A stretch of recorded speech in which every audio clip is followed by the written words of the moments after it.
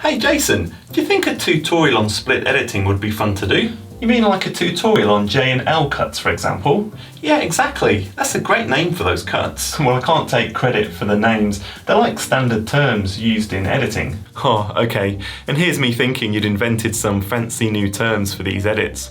So what are J and L cuts? I'm glad you asked. A J cut is when the cut in the audio precedes the cut in the picture.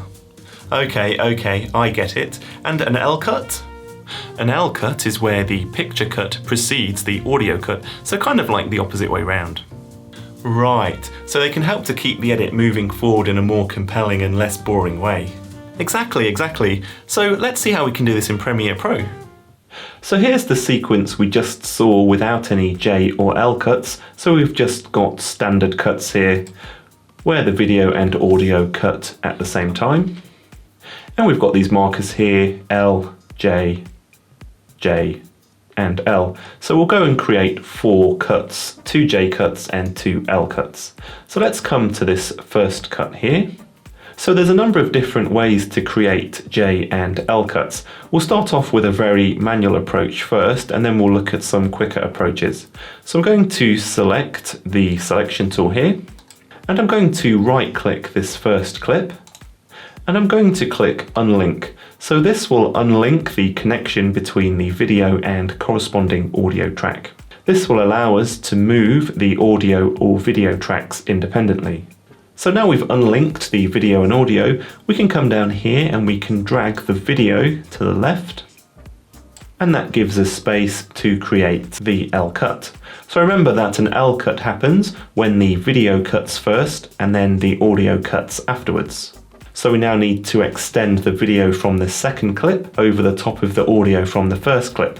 If we try and do this at the moment, we can't actually do this because once again we need to unlink the video and audio. So we'll just do that. And now this is unlinked, we can independently move across the video. So we can see here we've created this L shape. And we'll just quickly play back a section of this. Notice that the video changes and then the audio.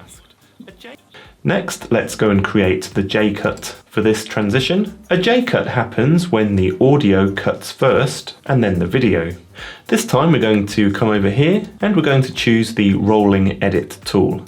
So we'll select that. And if we try and change this here, notice that it will let us do it, but it's just moving the footage. We're not actually separately modifying the audio or video. So I'm just going to hit Ctrl Z to undo that. Because we've got the rolling edit tool selected, we can modify this tool by holding down the Alt key. So we'll do this on the audio track here. I'm going to hold down Alt and then drag this audio across. Notice now we've created the J cut shape. But notice here there's not actually any audio in this overlapping part, so it's not quite ideal to create this cut. Once again I'm going to hit Ctrl Z to undo that.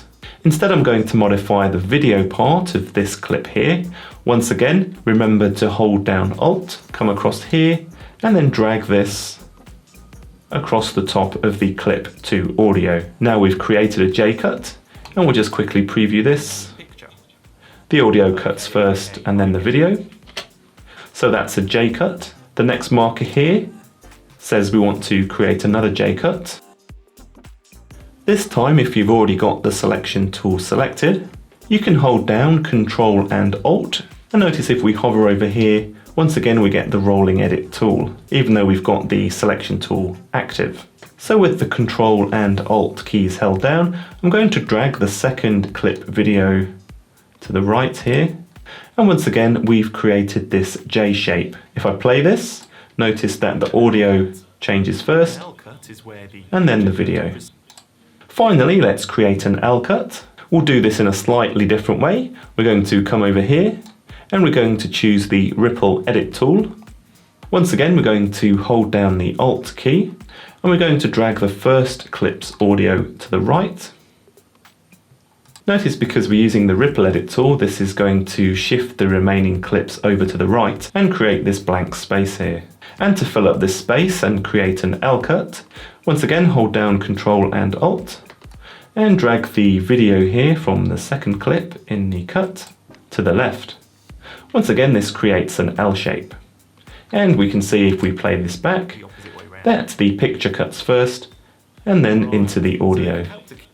So let's take a look at a sequence with standard cuts and then the same sequence edited with J and L cuts, and see if you can notice the difference in the dynamics of the sequence. So what are J and L cuts? I'm glad you asked. A J cut is when the cut in the audio precedes the cut in the picture. Okay, I get it. And an L cut? An L cut is where the picture cut precedes the audio cut, so kind of like the opposite way round. Right, so they can help to keep the edit moving forward in a more compelling and less boring way. Exactly. So let's see how we can do this in Premiere Pro, these edits. So what are J and L cuts? I'm glad you asked. A J cut is when the cut in the audio precedes the cut in the picture. Okay, I get it. And an L cut? An L cut is where the picture cut precedes the audio cut, so kind of like the opposite way round. Right, so they can help to keep the edit moving forward in a more compelling and less boring way. Exactly. So let's see how we can do this in Premiere Pro. Notice how the second version with the J and L cuts feels a bit more dynamic.